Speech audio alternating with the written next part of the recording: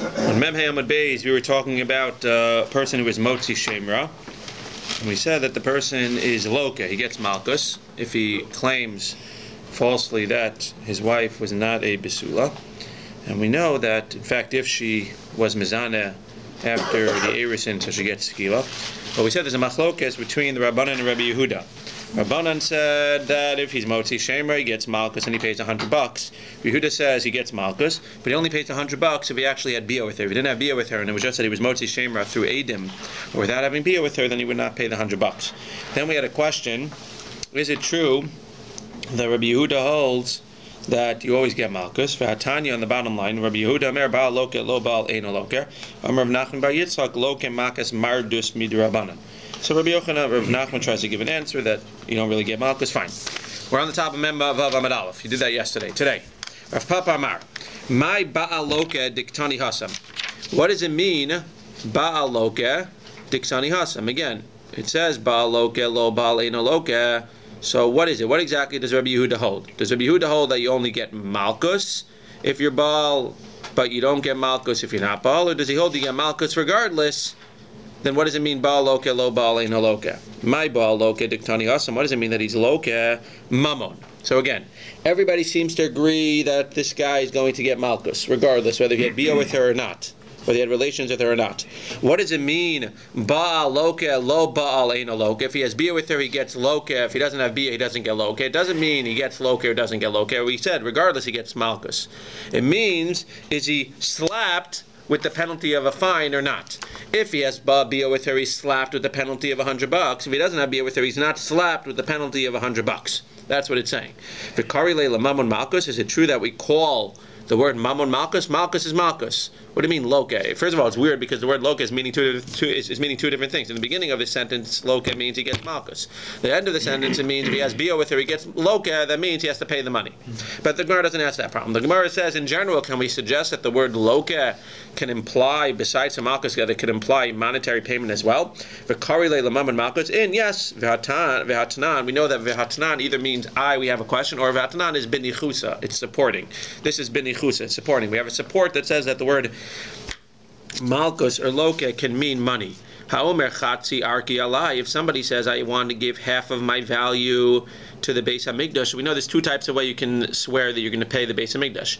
Either you can say, I'm going to give half of what I'm worth, and that would be that you have to go to the market and see how much this guy is worth. Or, Erki Alai, the Torah actually tells us that if you're 50 years old and you're, etc., a male, then this is your value. So, Erech is when there's a schedule. There's a schedule payment for accountants. So, there's a schedule payment. So, Chatzi Arki Alai means I'm going to give half of my Erech. That means we go to the chart, $100, I'm going to give $50. No Sin Chatzi Arka. So, the Tanakhama says you give $50.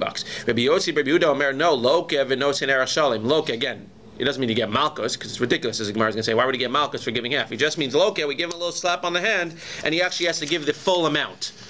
He said he only wants to give half the amount, so let's see. Loke amai, why would he get Malkus? Amar Papa, Loke be'erech shalom. It doesn't mean he's going to get Malkus. He's going to get punished, quote unquote, with the full amount. What does that mean he's going to get the full amount? He said, I want to give half of my amount, my time. What's the difference? Why, according to Rabbi Yosef Rabbi Yehuda, do you need to pay the full amount when I say I want to give half of what I'm worth? Gezerah chatzi arko atu erech chatzi. Very interesting. When you say I want to give half of my erech, again, half of my scheduled payment, which is whatever it is in the Torah, we make you pay the full amount as a gezerah in the case that you say I want to give the erech of half of me.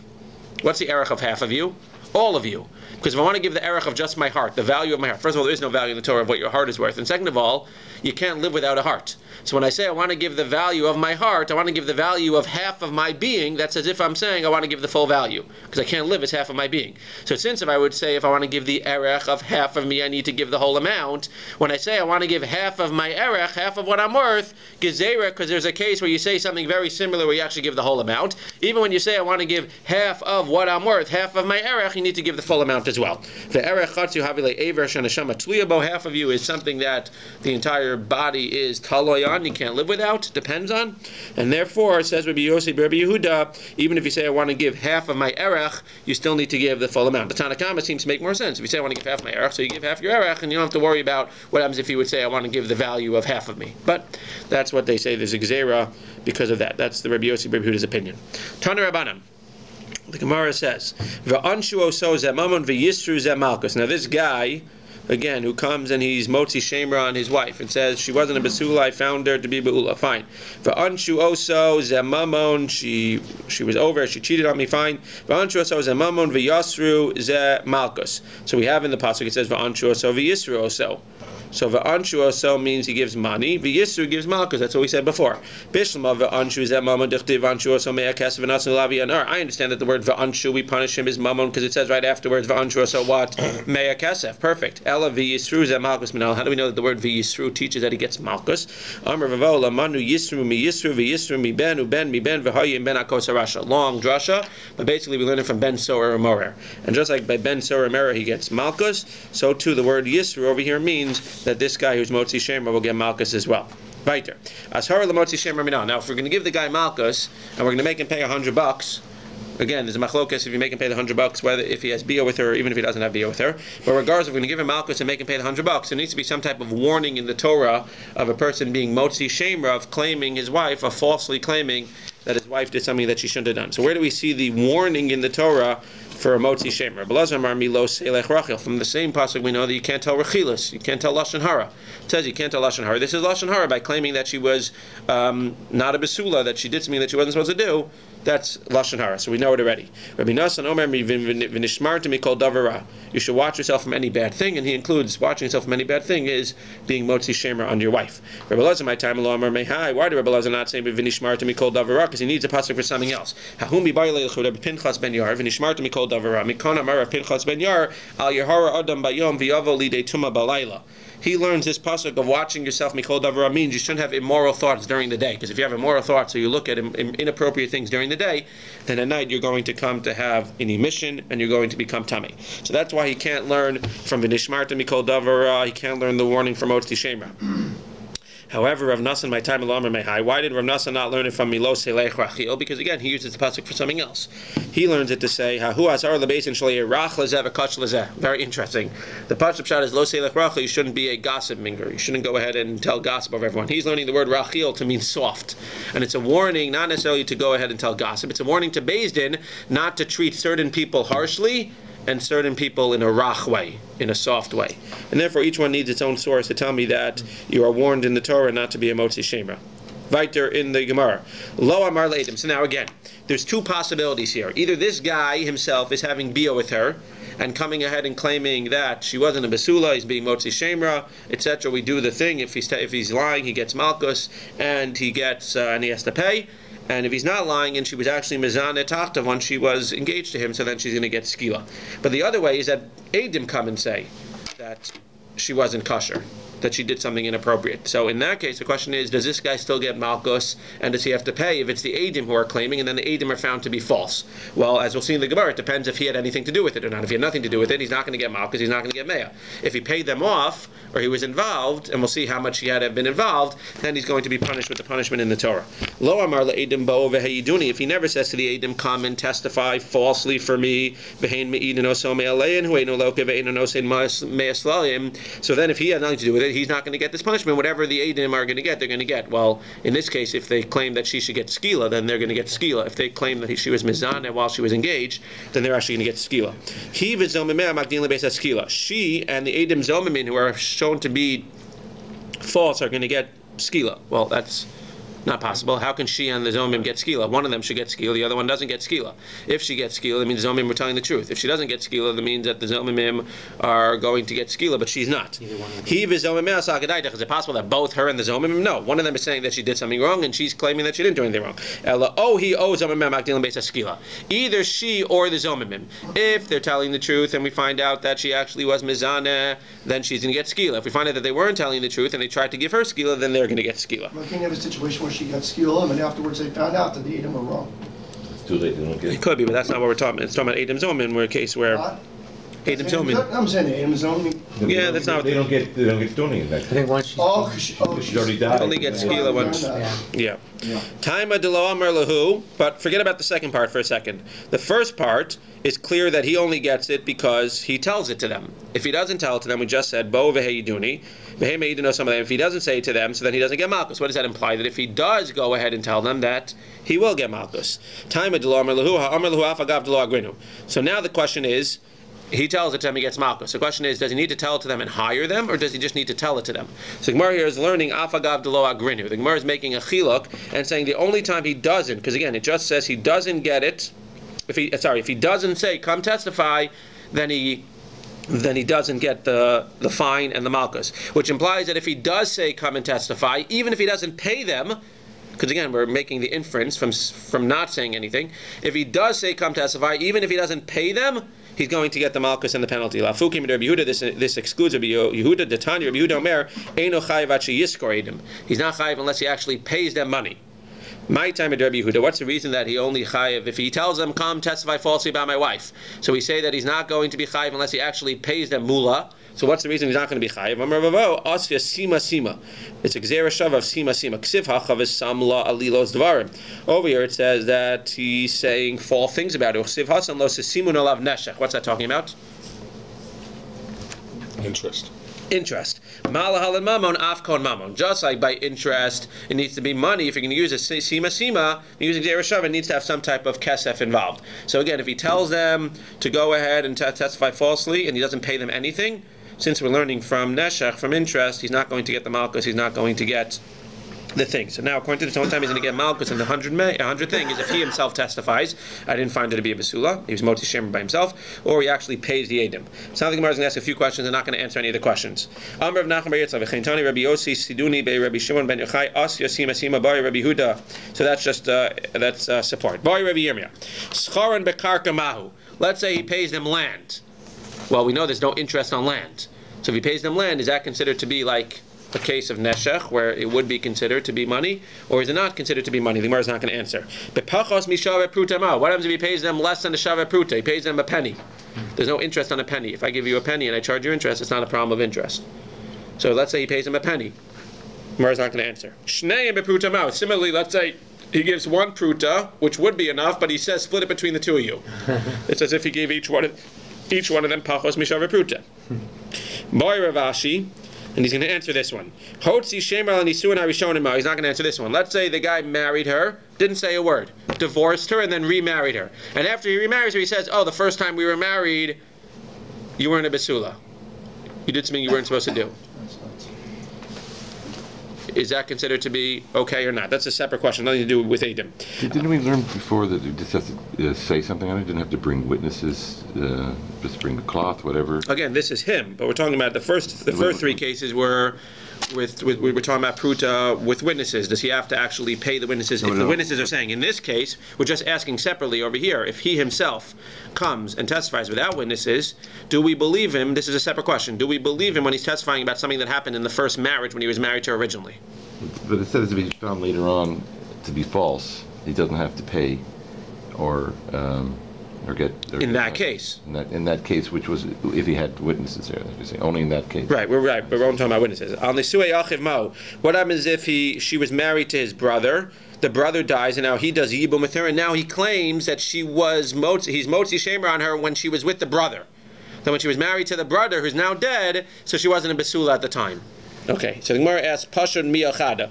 A good question, I'm only going to answer one of them, the last one. The Tony Rabbi Yonah is, Biti natati lishazeh, I gave my daughter to this man, lezev v'lo liyavam. That in the case of the yavam, there is no discussion, and you can't bring this against her in the case of where he marries her after the fact. Fine. Weiter. Back to Menachem with BAYT for a second. We're not going back, but back to Menachem BAYT. Again, we were discussing, as we were just clarifying, that there's a case where he himself comes and is motzi shemra, or it's motzi shemra through witnesses. So we said if he himself claims that he's motzi shemra, then he needs to be loka if he's found to be lying. The only difference is, let's say he's motzi shemra and he's not bal. So we said there's a machlokas. According to Rabbanan, if he's motzi shemra on her, then he needs to pay the $100, even if he didn't have bia with her.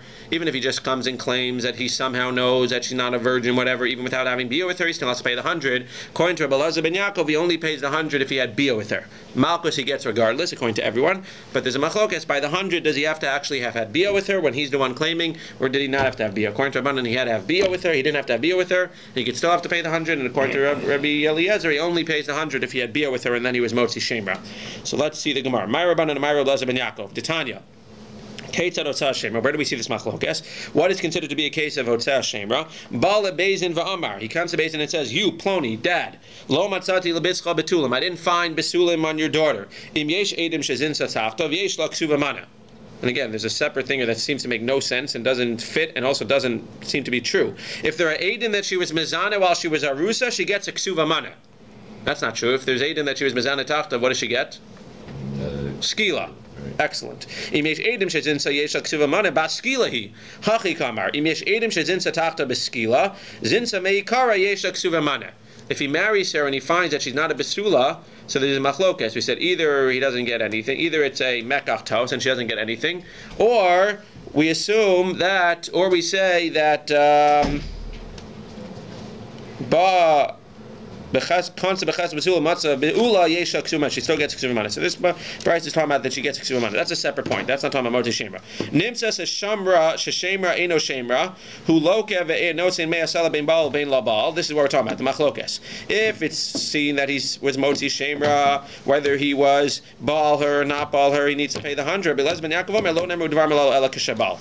So let's see the psukim now inside, and let's try to figure out whether it makes sense to say that he only pays her the 100 if he had bia with her, or he pays her the 100 even if he doesn't have bia with her when he was motzi shemra. So let's see the psukim. So at first glance we're going to see, well, not at first glance, many times we're going to see that the psukim seem to imply that it makes more sense that he pays the 100 only if he had bia with her. And if he didn't have bia with her, yes, he'll get malchus for being motzi shemra, but he won't have to pay the 100. Where do we see that in the psukim? Well, let's read it inside. Bishlam Rabbi Elazar ben Yaakov again, who says he pays her only when he had bia with her. Hainu dichtivu ba'aleha ve'akrav. He was ba'aleha if he actually had bia with her, and then he was motzi shemra based on the bia. So that's where he pays the 100. El rabbanan mayu ba'aleha ve'akrav. The rabbanan would say he pays the 100 even if he didn't have bia with her. What does it mean? Uba'aleha, he came upon her. Uba'aleha ba'alilus ve'akrav aleha bidvar. Very interesting. Not that he had bia with her. He comes and says, I became suspicious while I was speaking with her. Okay, and then I found out through witnesses, but it doesn't mean he actually had to have bia to be chayiv the 100. Bishmal Rabbi Elazar ben Yaakov Vayter Hainu Dichtiv Lo Matzati Lebitcha Betulim. It says in the pasuk he's claiming I didn't find besulim. How does he know that he had bia with her? El Rabbanan Milo Matzati Lebitcha Besulim. What does it mean I didn't find besulim? If we're saying that he's chayiv the $100 even if he didn't have bia with her, what does it mean I didn't find besulim? Lo Matzati Lebitcha Kishrei Besulim. I didn't find any kosher witnesses to counteract the claim of my witnesses that she wasn't a besula. And therefore, I didn't find any kosher witnesses to claim that she actually had her besulim. Even though I didn't have bia with her, I couldn't find any witnesses that would support your claim. It's kind of hard to find witnesses. What? It's kind of hard to find witnesses. They would know that she was a besula. How would? No, they said maybe when we went down to the chuppah with her hair, we said before, with the carrying her. It doesn't mean that they have It doesn't mean that they have witnesses that they know that she's a besula. They have witnesses who are going to make her a besula by being edim that are going to contradict the witnesses who said that she wasn't a besula. It's not that they're saying we know that she's a besula. It's that we know that the edim who claim that she's not a besula are not telling the truth. That's what it means. That's a lot easier. The edim were with us that night. What? They were with us. Edim's over me. Right. That's what it means. Not that we know that we've been with her for the last 20 years and we've watched her every step of the way. I understand, according to Rabbi Elazar ben Yaakov, that in order to be chayiv the 100, you have to have bia with her. So that's what it means. These are the besulei biti. Look. Here's the sheet with the blood, says the father. It's proof that she was a virgin. If he didn't actually have bia with her, so what's the father holding up the sheet and saying, look, here's the sheet. What do you mean? There was no bia. No, again, it means the father's holding up and saying, here are the witnesses that are going to disprove the witnesses who claim that she wasn't a besula. Bishmal Rabbi ben Yaakov, who holds that he's chayiv the $100, even if that he's chayiv $100 only if he had bia with her. That's what it says. Dichsivu parsu hasimla. Again, he's spreading the sheet and saying that there's no blood. El rabbanan mayu parsu hasimla. What does it mean that they're spreading the simla? There is no simla here. There is no sheet. There was no relations. Amar vavo pershu masha shamla. They produce witnesses again to discount the husband's witnesses. Kedetanu persu hasimla melamed shabayin edim shalzev edim shazav borin asadover kesimla chadash v'lez ben Yaakov omer devarim kichtavan simla mamish. Fine. So again, we see over here, trying to bring from the psukim, whether we're going to say that he's chayiv the money if he didn't have bia with her. According to Rabbanan, he's going to be chayiv the money, the $100 regardless. And according to Rabbi Elazar ben Yaakov, he's only going to be chayiv the $100 if he actually had bia with her. And they each make the yukim in the psukim. Next question. Shalach Rabbi Yitzchak bar Rabbi Yaakov bar Giyura Mishmei Rabbi Yochanan. Avagav Shlo Matzinu B'Chol HaTorah Kula Shechalak HaKosov Ben Bia Kedarka Lebia Shelo Kedarka Lamakos Onshin. In general, there's a rule that anytime you're going to be punished for having bia with somebody you shouldn't have bia with, it doesn't matter if you had bia Kedarka or you had bia Shelo Kedarka, whether you had relations in the regular way or you had relations in the unnatural way. Either way, when you're chayav regardless of how you had the relations. Ava Motzi Shemra Chalak. But in the case of Motzi Shemra, there's a difference. Eino chayav at sheyivol Shelo Kedarka. You're only chayav if you have bia Shelo Kedarka. What does that mean? V'yotzi Shemra Kedarka. That's the important part. Because again, they explain that it means even if you're bia Shelo Kedarka. But v'yotzi Shemra Kedarka. By Hilchos Motzi Shemra, you're only chayav if you claim that what? If you claim that she had bia beforehand in a regular fashion. If you come and you start spreading rumors that she had bia shelo kedarka and you're found to be lying, then you're outside of the parsha motzi shemra. Whatever penalties apply to motzi shemra does not apply to you. You're only chayav for motzi shemra if you claim that she had bia in a regular way, under circumstances that she wasn't allowed to have bia. It's only if you claim that she had bia in a regular way. Gemara says, come on, who's this like? Now concentrating on the first part, Yivo Shelo Kedarka. Ikar Rabbanan Afagav D'Lo Bal. If it's like the Rabbanan, all you should say is V'yotzi Shemer Kedarka. What are we talking about? Whether he had bia with her, Shelo Kedarka or Kedarka. We said according to Rabbanan, he's going to be chayav from Otzi Shemra, regardless of whether he had bia with her or not. It should just say V'yotzi Shemer Kedarka. It should just say that he's only going to be chayav if the claim that he's making is that she had violated his trust, whatever, Kedarka, in a regular way. Ikar Rabbi Elazar ben Yaakov, Aidi V'Aidi Kedarka bin. And if it's according to Rabbi Elazar ben Yaakov, who requires him to have had bia to pay the 100, then what does it mean Shelo Kedarka? It should only be that if he had bia Kedarka with her. Ela Shalach Rav Kahana Mishmei Rabbi Yochanan, Eino Chayav at Sheyivo Kedarka, V'yotzi Shemer Kedarka. Again, within Rabbanan, he doesn't have to have bia with her to be chayav the 100. Within Rabbanan, he's chayav the 100 even if he didn't have bia with her. But again, he's only in the parsha, according to both of them, he's only in the parts of Motzi Shemer if he claims this woman violated, didn't do what she was supposed to do, and she did it in a Kedarka way. She had bia at a time she wasn't supposed to have bia. She had regular bia. Both of them agree in order to be chayiv in the parsha Motzi Shemer, when he's found to be saying the false thing, it needs to be that he claimed that she had violated herself in a kedarka way. If anybody claims that she violated herself in a shelo kedarka way, you're outside the parsha Motzi Shemer. Then within the machlokas of Rabbanan and Rabbi Eliezer, that according to Rabbanan, whether he had bia with her or not, he's going to be chayiv the 100, and according to Rabbi Eliezer, he's going to be chayiv the 100 only when he had bia with her. So within Rabbi Eliezer, it means that he had regular bia with her. If he has not regular bia with her, so then he's out of the parsha Motzi Shemer again, and he would not be chayiv the 100 if in fact he's found to be lying. BAYT in the Gemara. Mishnah. Yeah? Good.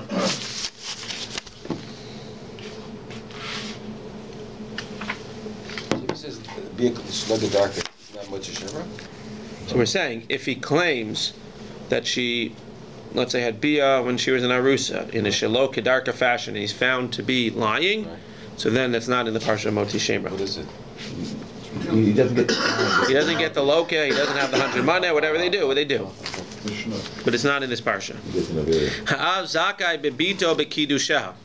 An av, as Rashi tells us, by katnus and naros until she's 12 and a half, a father can marry off his daughter bekesef with money. And Rashi adds that he gets the money, as we'll see. The Gemara is going to talk about that. He can marry her off and he gets the money. Bishtar, he can marry her off with a star, or bebia, he could give her to a husband to go ahead and have bia with her. Again, this is the kedushin part. They still have to do nesuin. Zakai b'mitzias, until she's 12 and a half, he gets anything that she finds. Uvimasi adev, she goes to work, the father gets it. Uvafaras nedara, he can annul her vows. Umakabel eskita, he can be makabel her get. And Rashi says it's only until she gets married. He can be makabel the get erisin, the get of the engagement, and it's only until she gets married. If she's married, then he's not makabel gita, and if she turns a bogeres, 12 and a half, he's not makabel gita as well, even if she's still only engaged. If the daughter inherits something from the mother while she's still under 12 and a half, it doesn't go to the father, it stays in the daughter's possession, and the father needs to watch it, and he's not allowed to eat any of the peros. Nisse, once she gets married, a husband in general, when he's married to a woman, he's allowed to eat the peros of whatever she brings into the marriage, and he needs to go ahead and feed her. If she's captured, he needs to go ahead and he needs to redeem her. Ukvurasa, he needs to go ahead and bury his wife. Rabbi Yehuda Omer, as a separate, as an aside, even a poor person who has no money and no family, we need to make sure that he gets 2 flutes and a person that's going to eulogize him when he dies. Fine. Bekesef minalan, says the Gemara. How do we know that the father can go ahead and marry off. Now again, the Gemara seems to be asking here, not how do we know that the father gets the kesef? How do we know that the father can marry off with kesef? It seems like the Gemara is taking it for granted that he can marry off with kesef. The Gemara is asking the question, how do we know that the kesef goes to him? He marries her off, she's 11 years old, he marries her off, he gets to keep the kesef kedushin. Who else should get the kesef kedushin? She. So bekesef minal, how do we know that the father gets it? Amar of Yehuda Amar Kra, because the pasuk says that by a case of a girl who is a na'ara, once she turns 12 and a half, once she turns 12, v'yatza china mein kasev. If she's a slave, as soon as she turns 12, she goes free. And she goes free without having to pay anything. That the master does not get any money. So the Gemara makes an inference. Ein kesef la'adon zeh. This master doesn't get anything when she becomes a nara. V'yesh kesef la'adon acher. But there is money to another master. Umanu aviha, the father. That means a master of the servant when she turns 12, when she turns a nara, she goes free, for free, which implies that there's another case where there's another master, when she goes free, she doesn't go free for free. And he gets the money. Who's that? The father. Ve'ema ledida. Maybe it's true that in the case where she's a servant, she goes free. And in the case over here, there is money involved, but who says it necessarily goes to him? Again, you haven't answered the question. Yes, there's a difference, and the guy needs to pay. But who said it goes to the father? Maybe it goes to the mother. Maybe it goes to her. So the Gemara says no. If the father can marry her off, does it make sense that the father can marry her off and she's going to get the money? That's ridiculous. Maybe say that's true. By a katana who's under 12, who can't do anything herself, so Einachanami, the father can marry her off, and it makes sense that the father should get the money. Aval Nara de Islayah, but Nara is already older and she has a yad. Maybe she should in fact get the money. So the Gemara is going to reject this option, this opinion, to compare it to the Adon case, and basically say we still don't have a proof why the father should actually get the money. You're right, they agree. By a katana, the father should get the money. But by a Nara, who said the father should get the money? So now we're going to try to prove again that a father should get the money. Amar Kra. Again, we don't have to prove by katana anymore because we basically said by katana, I understand. But by a nara, how do we know that the father gets the money when he marries her off between 12 and 12 and a half? Amar Kra. Binureha beis avia. We have from a pasuk, Binureha beis avia. When she's in the ne'arim, she's beveis avia. Kol shvach neurim la'avia. The father gets anything from the nar. What would that include? Money of kedushin. Ve'ela, the problem is, where do we know that when a daughter works, it goes to the father? What's wrong with this question? What should the answer to this question be? Based on what we just said, Binurah beis avia. So if the Gemara is about to give another reason, we're going to have to get suspicious about why didn't he use Binurah beis avia. Shenamar v'chiyim korishad bito li'ama ma'ama masli adel l'rabba compares it to a person who's sold, a girl who's sold as a slave. Just like when she's a nara and she's a slave, the master gets it. Avbas masli yadel avia. So too, when she's a bash, it goes to the father. Lama li tipuk leimi Binurah beis avia. What do you need a set from pasuk to tell me that the father gets masli adel? Why don't we learn it from Binurah beis avia? Ella hahu be'afaras nedarim hu dichsiv. Rather, Binurah beis avia is talking about hafaras nedarim dafka. So now we know that the father can be made for nedarim. Where do we know that he gets masli adel? We can't learn it from there. That's not about that's not about hafaras nedarim. We need to learn it from v'chiyim korishas bito li'ama. But the problem is now we have a source for masli adel. We have a source for hafaras nedarim, but we still don't have a source for the fact that the father gets a kesef kedushin. Back to square one. V'chitema neilaf mina.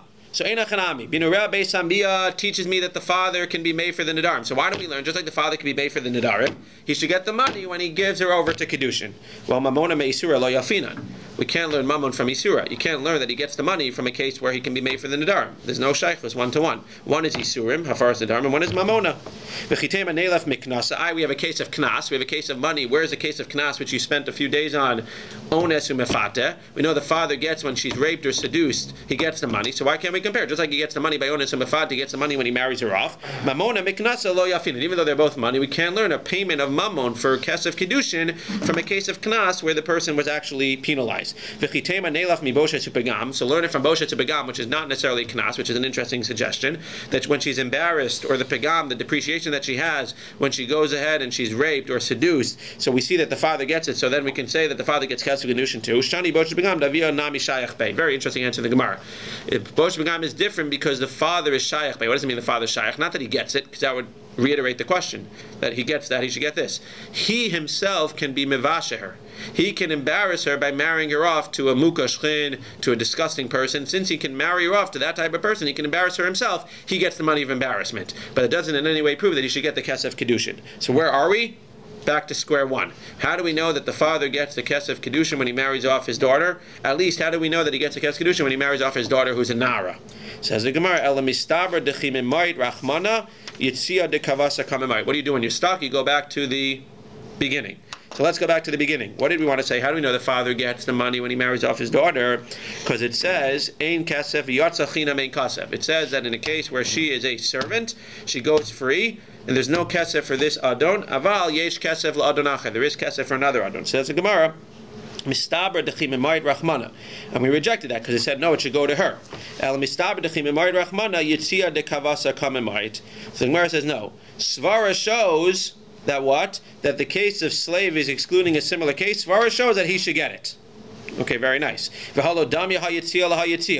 if you want to say you're right, Svara shows, because again, how did we reject it before? Maybe it should go to her. So they're saying no, Svara shows that he should get it. Why? Because after all, he's the Adon. So we have one Adon where it says there's one Adon who doesn't get any money. The other Adon, the father, he actually gets the money when he marries her off. The problem is, how can you compare the two? You can't learn one from the next. You can't say that the case of the Adon by the master excludes a case unless the two cases are the same. You can't say only by the case of the master he doesn't get anything, but in the case of a different master, that master will get something. You could say that only if the two going outs are the same. But the Gemara says the two going outs, the going out of the daughter, the going out of this girl from her master when she's a slave is different than the going out from her father's house. How's it different? In that case, she's going out totally from the Adon, from the master. He has nothing over her anymore. And therefore, in that case, she goes free, and she goes free for good. But when she goes out of the father, you can't tie into that it's different than that he should get the money, because akati michsera mesira l'chuppah. She's still officially under him. She doesn't necessarily leave the father completely. He still inherits her, and he still gets Masay Yadeh. Again, in Svara, it might make sense that he should be able to get it, but Lamaisa, you can't say that this case excludes this case when the two cases are not necessarily the same. Says the Gemara, so again, we don't necessarily know that he should get it. However, we know that she goes out me'afaras nedarim. Did not nara mirasa avio bala mafir landeret. We know that she goes out me'afaras nedarim. So again, we're going to learn it from the case of the Adon. You have a case of an Adon who has a girl. As soon as she turns a nara, she goes out, and she goes out for free. That implies that there's another case where she goes out and it's not for free, i.e. the case where the father marries her off, and therefore the Gemara wants to prove that he gets the money. The Gemara says, how can you compare the two? In this case, she's going out totally, and in this case, she's not going out totally, because she's still mechas or chuppah. She's still, until she goes to the chuppah, the father still inherits her and gets her matzah yadeh. Very interesting answer to the Gemara. It's saying, no, there is one aspect here where she's going out of his house. Where's she going out of his house? In terms of hafaras nedarim. He can no longer be the sole person to be made for her nedarim. He's no longer the sole person that can annul her vows. Since the husband can annul her vows as well, he's lost. It's gone out of his house. He's lost the ability to be the sole one to annul her vows. Since he's lost at least one thing which he can no longer do on his own, it's similar to the case of the Adon who has lost her, and then you can compare the two cases. Very interesting answer to the Gemara, but again, Lamaisa, if I ask you, how does the father know? How do we know that the father gets the kesef kedushin? We know it from the case of the girl who goes free from her master. In that case, it says, V'yatza chinam ein kasef. She goes free without any money from the master. The Gemara learns that is a case where she goes free without any money to the master, as opposed to exclude this case where she goes free, at least in the sense of a faras nedarim. She goes free from the father, she goes free from the master, but in this case there is money to the master, i.e. the father gets money when he marries her off. They're not comparable, because when she goes out of the father's house, you're saying he still has the ability to make her nedarim. It's just that her husband now acquires the same ability. Right. So the Gemara is learning very interestingly, not just that. He still gets Masay Yadeh, he still inherits her. The Gemara says we don't care. As long as we could find one thing which is similar, and it's similar in the sense that even though over there, Eina Chanami, she goes out totally, in this sense we found at least one thing where he's lost some type of control. He's lost the control that he can't be made for the Nedarim by himself, and therefore we can at least compare the two. It's a hard comparison to make. That's the way that the Gemara is learning the comparison. Ra Tosos, which maybe will make you happy, or Tosos Inyan Afaris and Darim, the second to last Tosos on the page, says that Inyan Afaris and Darim Nafkala Mereshuso. Hachanami have a matzi lamema did Inyan Achilas Truma. Nafkala Mereshuso. You could say that she went out Meachilas Truma. Dim Bas Kohen Li Yisrael, he Eino Chelas Betruma. Then okay, so maybe you're right. Maybe you hold like the Tosos Kem. In Achanami. So you have Tosos Talina. It's a little better. You have good company. Sorry, Tosos has good company now. Okay. Shtar Ubia. Shtar Ubia. So Shtar Ubia, we said over there that the Av is Zakai Bebito Bekidusha, Bekesa Beshtar Ubia. He can marry off Bekesa Beshtar Ubia. So the Gemara says, Min Nalan, how do you know he can marry off Beshtar Ubia? Again, the Gemara we spent above was not trying to prove that he can marry her off with Kesef. We know that from Mesachas Kedushin. It was just trying to say who gets a Kesef, and we established that the father gets a Kesef. But now the question is, where do we know that he can marry off a Shtar Ubia? It's an interesting question as well. We know from Kedushin also they can marry off a Shtar Ubia. But the Gemara says, Min Nalan, how do we know that he can marry off a Shtar Ubia? So Amar Kra v'haisal ish acher. So Gemara seems to learn v'haisal ish acher. She goes to another man. It goes havayos lahadade. It puts all of the havayos, all of her going to another man together. And just like he could go ahead and marry her off with kesef to another man, so too he can marry off the daughter with shtar and with bia. Hadron alach memva and beis.